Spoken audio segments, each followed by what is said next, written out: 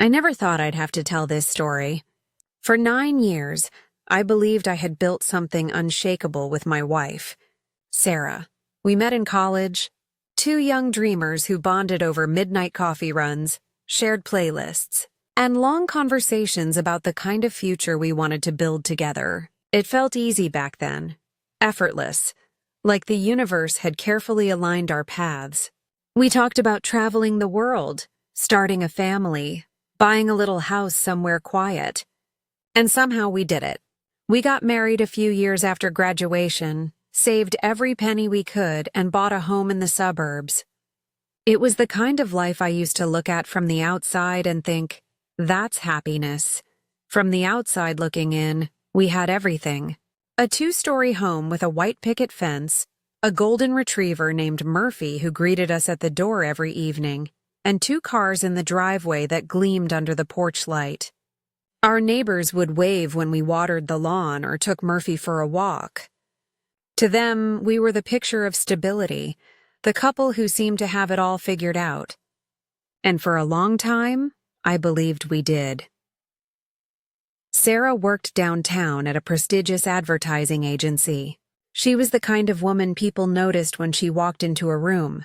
Confident, magnetic, her laughter always drawing others in.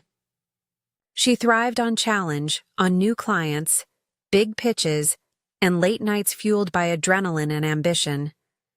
I admired that about her, the way she chased her goals without hesitation. Meanwhile, I had carved out a different kind of life for myself as a software engineer, working remotely from our home office. My world was quiet, structured, predictable. I loved it, the sound of my keyboard, the hum of my computer, the comfort of routine. At first, our differences felt like balance. She brought excitement and movement. I brought calm and stability. It worked for us. When she came home buzzing with stories from her day, I'd listen with genuine fascination, happy to let her energy fill the house. But somewhere along the way, our rhythms began to change. Her schedule grew busier, her phone rang more often, and she started spending less time at home. I told myself it was temporary, just part of her career taking off. I was proud of her success, proud of everything we'd built together. What I didn't realize then was that we were slowly drifting apart, not in one explosive moment, but through 1,000 small ones. Missed dinners, quiet car rides, conversations that became more about logistics than love. I noticed it, of course, but I didn't know how to fix it. I thought if I just gave her space, things would even out again. That's what marriage was, I told myself, weathering the ebbs and flows. Looking back now, I can see how naive that was. I can see the small cracks forming long before anything truly broke. But at the time, I held on to the illusion that everything was fine. That love, once built, was strong enough to last forever. I had no idea how quickly that illusion was about to unravel. Everything changed the day Daniel Richardson moved into the house next door. It was one of those perfect late spring Saturdays. Blue skies, the air warm but not stifling, the smell of freshly cut grass drifting through the neighborhood. I was mowing the lawn when the moving truck pulled up. Out stepped a man who looked like he belonged in an advertisement for effortless success. Mid-30s, tan, fit, with neatly styled hair and a confident, easy smile. He walked right up to me, extended his hand, and introduced himself as Daniel. His grip was firm, his voice smooth. He told me he was in commercial real estate, recently divorced, and looking for a fresh start. He seemed friendly enough, the kind of guy who'd help you move furniture or lend you a ladder without hesitation. When I mentioned him to Sarah later that day, she seemed genuinely curious. "Finally, someone normal on this street," she said with a laugh. A few hours later, I saw her talking to him by the mailboxes, both of them laughing at something I couldn't hear.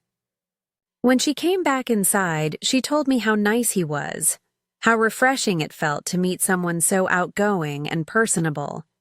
I agreed. It was nice to have a friendly neighbor. At the time, I had no reason to think anything more of it. Daniel settled into the neighborhood quickly. He was the kind of person who made an impression everywhere he went. Within weeks, everyone knew him. The single guy next door who threw weekend barbecues, jogged every morning, and always seemed to have time for a chat. He'd wave when I was working in the yard, stop by to talk about cars or local events, and occasionally invite me for a beer on his deck. I found him likable enough, though I never let him too close. It was Sarah who really connected with him. Around that same time, she had started running again, something she said helped her manage work stress. When Daniel mentioned that he ran every morning, it seemed natural for them to go together. "Daniel and I are doing a 5-mile loop tomorrow," she told me one morning over breakfast, tying her hair into a ponytail. "You don't mind, do you?" "Of course not," I said. I was glad she'd found something that made her happy. In my mind, it was innocent. A neighborly friendship built on shared interests. I didn't even think twice about it, but little things began to change, so subtly I almost missed them. She started coming home from work later, her explanations casual, client dinners, team meetings, heavy traffic. Her phone buzzed more often, and sometimes she'd smile down at it in a way that made my chest tighten for reasons I couldn't explain. Our conversations grew shorter, less connected. Even when we sat together, it felt like she was somewhere else entirely. Still, I told myself not to overthink it. Marriage goes through lulls. People get busy. I trusted her completely, so completely that I never thought to question anything. Looking back now, I realize that trust, the kind that comes so easily when you love someone, can sometimes be the very thing that blinds you to the truth. It happened on a Tuesday afternoon in early autumn. The kind of day that felt unremarkable, ordinary. The kind of day you never expect to remember for the rest of your life. I had gone out to pick up groceries, a routine errand I'd done hundreds of times before. Halfway to the store, I realized I'd forgotten my wallet. I cursed under my breath, turned the car around, and headed back home, annoyed at myself for wasting time. But that irritation vanished the moment I pulled into our driveway. Something was off. I couldn't explain it at first. It was just a feeling, a strange heaviness in the air. Then I noticed the curtains in the living room. They were completely drawn shut. Sarah loved natural light. She always said it made the house feel alive, so those curtains were almost never closed during the day. The sight of them sealed tight in the middle of the afternoon set off a quiet alarm in my chest. I unlocked the front door and stepped inside. The house was too quiet but not empty. There was a presence, soft, subtle, but unmistakable. The faint sound of footsteps above me, hurried and uneven.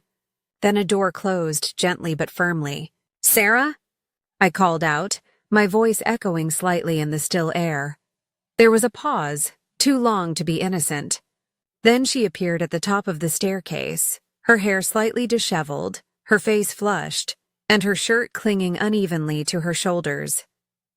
"You're back early," she said quickly, her voice unnaturally light. "I just took a nap. Long morning." She forced a smile that didn't reach her eyes.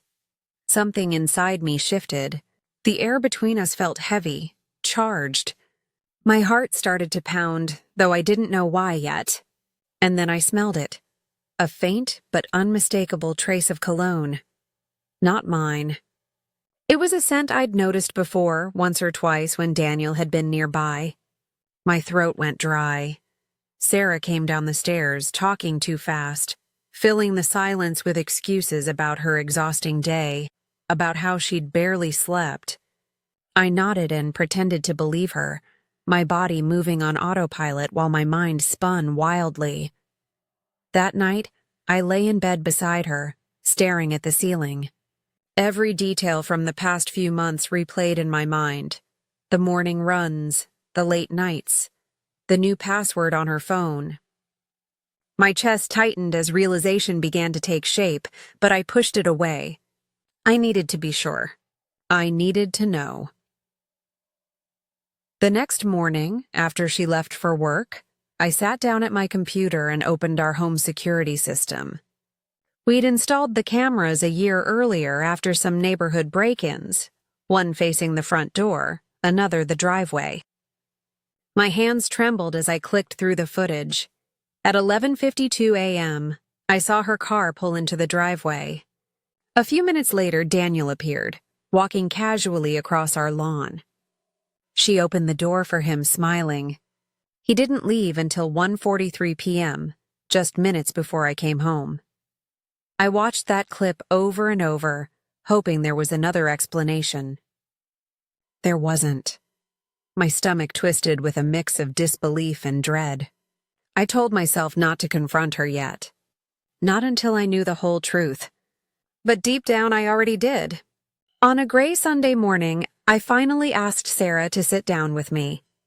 The house felt colder than usual, as if it already knew what was about to happen. I had rehearsed the words in my head countless times, trying to find the right way to say them, the right tone that wouldn't make me explode with anger or break down in tears. When she came downstairs, coffee in hand, still wearing her robe, she gave me a small, distracted smile, the kind you give someone you've stopped really seeing. "We need to talk," I said, my voice steadier than I expected. She froze for half a second before lowering herself onto the couch. "About what?" she asked, though the slight tremor in her voice betrayed her. I took a breath, forcing myself to look her in the eyes. "About Daniel. About what's been going on between you two." For a moment, she didn't move. Her expression went blank, her hand tightening around her mug. The color drained from her face, and I knew. I didn't need her to say a word. Silence filled the room, thick and suffocating. When she finally spoke, her voice was barely a whisper. "David, Just tell me the truth," I said, my voice breaking for the first time. "I already know." Her lips trembled. She tried to speak, then stopped. Tears welled up in her eyes, spilling down her cheeks as she shook her head. "I never meant for it to happen," she whispered. "I was lonely. You were always working. I needed someone to talk to." Her words felt like knives. "Someone to talk to?" I repeated. "You've been sleeping with him, Sarah." She started to sob then, her whole body shaking as she tried to explain. "It had started innocently," she said. "Morning runs, coffee afterward, conversations that turned personal." She said Daniel made her feel alive again, seen, understood. I listened, my jaw tight, my stomach twisting. Every word she said felt like another betrayal. "How long?" I asked, my voice barely more than a whisper. 4 months, she said. And something inside me broke. 4 months of lies, of her coming home and kissing me goodnight, pretending everything was fine.